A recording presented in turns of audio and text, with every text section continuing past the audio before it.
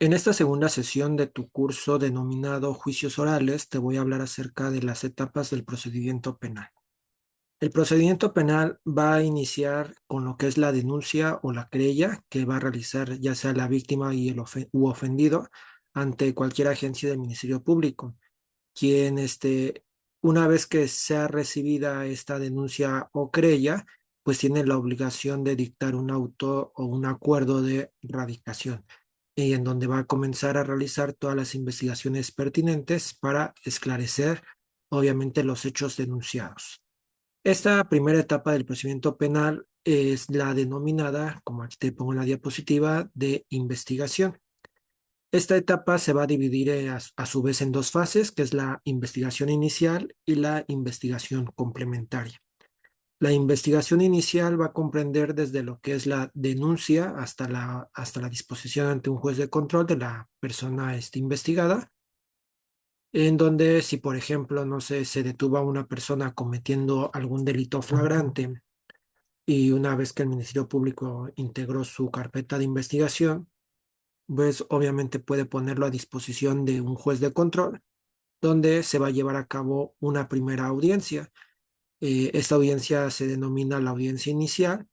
en la cual esta audiencia inicial es precedida por lo que es un juez, que es denominado también como juez de control, quien se va a encargar de calificar de legal o no la detención de la persona y solo va a poder llevarse esta audiencia de control de la detención siempre y cuando haya existido una detención de manera flagrante o en un caso urgente. Esta audiencia, pues obviamente va a tener como finalidad que el juez de control califique o no la detención. Si, digamos, la califica la detención de manera legal, pues obviamente va en su caso también a ratificar la retención que hizo en su defecto el Ministerio Público. Si no llega a calificar de legal la detención o en su caso la retención, pues puede llegar a decretar lo que es la libertad de la persona investigada, pero obviamente con las reservas de ley. Entonces, en esta audiencia, previo a que el juez califique o no de legal esa detención o retención, en caso de que obviamente la persona esté detenida, haya sido detenida, este, la audiencia se desarrolla en donde en primer momento se le da el uso de la voz al Ministerio Público para que funde y motive la detención de la persona, en la cual el Ministerio Público pues tiene que precisarle al juez de control todo lo relacionado al hecho delictuoso que se le está atribuyendo a la persona investigada, cuáles son las circunstancias de tiempo, modo, lugar y ocasión del hecho delictuoso, cuál es la clasificación jurídica y las hipótesis que se establece en el Código Penal respecto del delito supuestamente cometido, cuál es el grado de intervención de la persona,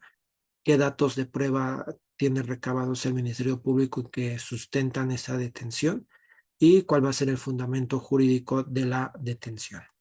Acto seguido, cuando ya haya acabado de hacer uso de la voz el MP, pues se le va a conceder el uso de la voz a la defensa para que en su caso pues debate y contradiga lo que haya dicho el Ministerio Público al momento que se le concedió el uso de la voz. Y ya una vez con base en lo que digan ambas partes, pues obviamente el juez resuelve si califica de legal o no esa detención. Una vez que se haya llevado esta primera audiencia de control de la detención o también denominada audiencia inicial, se va a llevar a cabo una segunda audiencia. En esta segunda audiencia es donde se va a formular lo que se denomina una formulación de imputación, que es donde el Ministerio Público, en presencia de este juez de control, pues va a hacerle del conocimiento a la persona indiciada o investigada que está sujeta a una investigación por la probable intervención de un hecho delictuoso, en donde obviamente esta audiencia es el MP le informe al investigado qué hechos se le están atribuyendo o imputando, ya en este caso, y es la formulación de la imputación, cuáles son esas circunstancias de tiempo, modo, lugar y ocasión del hecho delictuoso, cuál es su clasificación jurídica, en qué cuerpos normativos está previsto esos delitos, cuál es su grado de intervención, si de autor, material, intelectual, etcétera, quién lo está acusando y los datos de prueba que obran en su contra y que obviamente están sosteniendo esa investigación. Igualmente, una vez que el MP haya hecho ese uso de la voz, pues se le concede el uso de la voz a la defensa para que igualmente pues debate y contradiga todo lo relacionado a la imputación, donde puede llegar a solicitar aclaraciones o precisiones respecto de esa imputación. El imputado en ese caso va a poder rendir, si lo desea, declaración ante el juez, pero pues, obviamente aquí se estila de que se abstenga a declarar. Entonces, una vez que tanto el Ministerio Público haya formado la imputación, la defensa haya controvertido esa imputación, pues el juez va a resolver con base en esas manifestaciones, tanto del MP como de la defensa, si va a vincular o no a proceso a la persona investigada. Entonces, ahí es donde se lleva a cabo lo que se denomina el auto de vinculación a proceso, donde el juez determina, es una determinación procesal, donde el juez pues va a determinar si considera que existe el hecho delictivo del cual supuestamente se está acusando y que pues, obviamente probablemente la persona que se encuentra presente ante él pues lo cometió o intervino en él. Entonces, en esta vinculación a proceso, antes de que el juez la llegase a dictar, les pregunta a las partes si solicitan alguna ampliación de la duplicidad del plazo constitucional, que en este caso la vinculación a proceso no se lleva a cabo después de la formulación de imputación, sino posteriormente, que son dentro de las 72 horas, que se puede duplicar a 144 horas, para que el juez, pues obviamente, determine si dicta o no esa vinculación a proceso. Esto, obviamente, este plazo de 72 a 144 es para que el Ministerio Público, y tanto el MP como la defensa, pues tenga la oportunidad de recabar todos los datos de prueba que consideren procedentes y pertinentes para que, obviamente, el MP, pues, sostener su imputación y la defensa, pues, sostener que a lo mejor su representado, pues, no cometió ese hecho ilícito. Y ya, digamos, una vez que se haya agotado este lapso, ya sea de 72 o 144 horas, pues el juez ya tiene que ahora sí resolver si vincula o no a la persona. En este caso, pues tiene que dictar su auto de manera verbal, en la cual debe de fundar y motivar dicha vinculación, señalando cuál es el hecho criminoso, las circunstancias de tiempo, modo, lugar y ocasión, así como el fundamento legal o la clasificación y su grado de intervención en ese auto de vinculación a proceso en caso de que se dicte, y si no, pues el auto de no vinculación a proceso, y pues ahí pues se deja en libertad a la persona.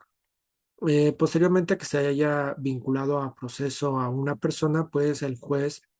a petición de lo que es el Ministerio Público, puede decretar lo que se denominan medidas cautelares. Estas medidas cautelares es básicamente a solicitud del Ministerio Público, en la cual pues tienen como finalidad de que mientras que se lleva a cabo todo el proceso penal, pues la persona imputada no evada la justicia. Para ello, pues obviamente se decretan estas medidas con la finalidad de garantizar su presencia, a lo mejor si en caso de que el juez determinó que la persona investigada sigue el procedimiento en libertad, pues obviamente ahí le va a decir que pues, tiene que presentarse periódicamente a la unidad de gestión judicial para estar firmando de manera periódica. A lo mejor le puede decretar una medida cautelar consistente que no se acerque hacia la víctima, hacia los testigos, a que no salga del país, a que entregue el pasaporte, etcétera. Es un catálogo de medidas cautelares que son solicitadas a petición del Ministerio Público, pero obviamente no porque el Ministerio Público las solicite, el juez las decreta favorablemente, sino también ahí el Ministerio Público él las solicita, le da el uso de la voz a la defensa para que la defensa pues también controvierta esa solicitud de medidas cautelares, y el juez pues ya determina cuáles de esas medidas cautelares solicitadas, tanto por el Ministerio Público y en su caso por la defensa, pues son las menos lesivas, perdón, masivas para lo que viene siendo la persona investigada. Entonces, esta primera etapa que te estoy hablando, que es la etapa de investigación, obviamente tiene un cierre de investigación. El cierre de investigación es precisamente para que el juez, bueno, no el juez, sino el Ministerio Público y la defensa tengan un lapso más de tiempo para recabar pruebas. Si a lo mejor no le dio tiempo a la defensa a recabar las pruebas en el lapso de 72 o 144 horas, pues el juez puede ordenar el cierre de la investigación, ya sea de 2 hasta 6 meses, para que tanto fiscalía como defensa pues recaben las pruebas pertinentes para, en su caso, pues ya sea acreditar el hecho delictuoso o decir que o de acreditar que pues, no ocurrió ese hecho delictuoso. La segunda etapa que establece este procedimiento penal es la etapa de intermedia. Esta etapa intermedia, o también conocida como etapa de preparación a juicio oral, pues va a tener por objeto depurar el caso, en donde se van a resolver excepciones, se van a acordar hechos no controvertidos y se van a definir qué pruebas se van a presentar en juicio oral. Y esta etapa intermedia va a finalizar con lo que es un dictado de un auto de apertura a juicio oral, donde se va a establecer básicamente qué pruebas se van a desahogar en juicio y cuáles son los hechos controvertidos y no controvertidos. Esta etapa intermedia se va a componer de dos fases, que es la fase escrita y la fase oral. La fase escrita va a iniciar con lo que es el escrito de acusación que formula el Ministerio Público y que va a comprender actos previos a la celebración de la audiencia intermedia. Y la segunda fase pues, va a dar inicio con la celebración de una audiencia intermedia que va a culminar con el dictado del auto de apertura a juicio. En la audiencia intermedia, lo que va a hacer el Ministerio Público es igual. Primero se le concede el uso de la voz a él para que de manera resumida exponga su acusación, que ya formuló por escrito previamente. Se le da el uso de la voz también a lo que es la víctima y el ofendido, por si quieren hacer manifestaciones, y posteriormente al acusado o bien a su defensor. ¿Para qué? Para que a lo mejor señale vicios formales que a lo mejor contenga el escrito de acusación. En esta audiencia, pues las partes van a poder interponer incidencias que pudieran afectar la validez del procedimiento, o bien también la defensa puede promover excepciones como puede ser, no sé, la incompetencia del juez, la falta de legitimación, un sobreseimiento, etcétera. Esta audiencia va a tener por objeto, pues obviamente también celebrar lo que se denominan acuerdos probatorios. Los acuerdos probatorios no es más que hechos, materia de la acusación, que ya se encuentran probados y que no hay discusión. Entonces, estos acuerdos probatorios pues, son de mutuo propio. Ambas partes deben de estar de acuerdo de que ya está probado y que no es necesario que a lo mejor ese hecho se ventile en juicio oral. Entonces, para eso sirven esos acuerdos probatorios. Entonces, en esta audiencia intermedia, el juez también debe de verificar algo muy importante, que una vez cuando, por ejemplo, se formula la acusación por escrito, ambas partes deben de relevarse todo lo que son sus pruebas, o sea, qué pruebas van a desahogar en juicio. Si a lo mejor el juez en esta audiencia intermedia se percata que alguna de las partes ocultó pruebas, pues impone las sanciones correspondientes. En el caso, por ejemplo, si fue el MP que ocultó una prueba, pues le puede dar vista a su superior jerárquico, y si fue a lo mejor la víctima, pues se puede llegar a imponer una corrección disciplinaria. Entonces ya veíamos que acuerdos probatorios son pactos entre el Ministerio Público y el acusado, sin oposición fundada de la víctima, para dar por probados ciertos hechos o circunstancias de la acusación. Y otra de las características importantes de esta etapa intermedia, pues aquí como les pongo en la diapositiva, es el ofrecimiento y la admisión de pruebas. Aquí las partes pues van a decir qué pruebas quieren que se admitan en juicio oral,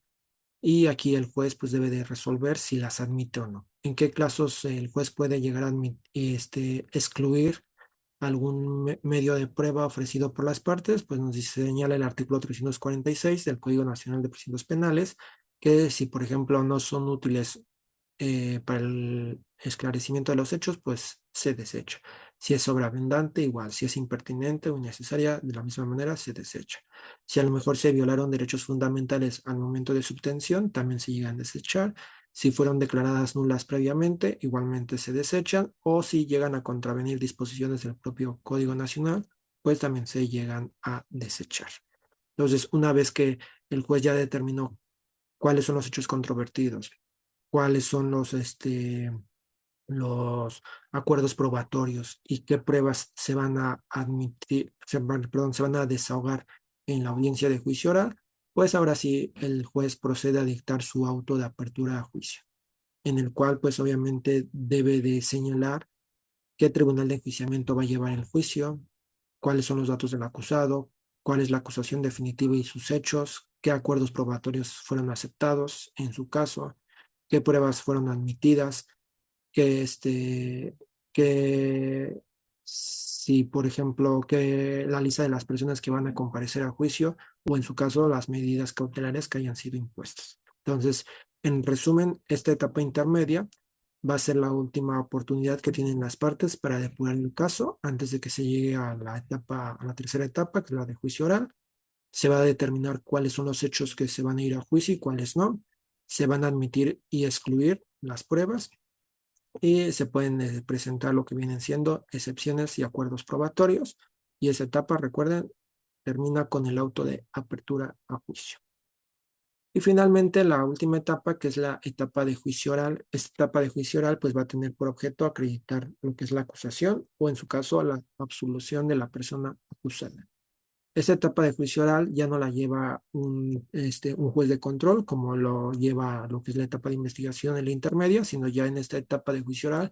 lo lleva lo que se denomina un tribunal de enjuiciamiento. Se dice tribunal de enjuiciamiento porque básicamente se tienen que, deben de ser tres jueces que deben de presenciar la audiencia para que ellos deliberen y determinen una resolución. Esta etapa de tercera etapa, que es la audiencia de juicio, pues va a constar igual de fases. La primera fase, pues consta de lo que viene siendo la presentación de alegatos de apertura, donde tanto la fiscalía como la defensa, pues le señala al juez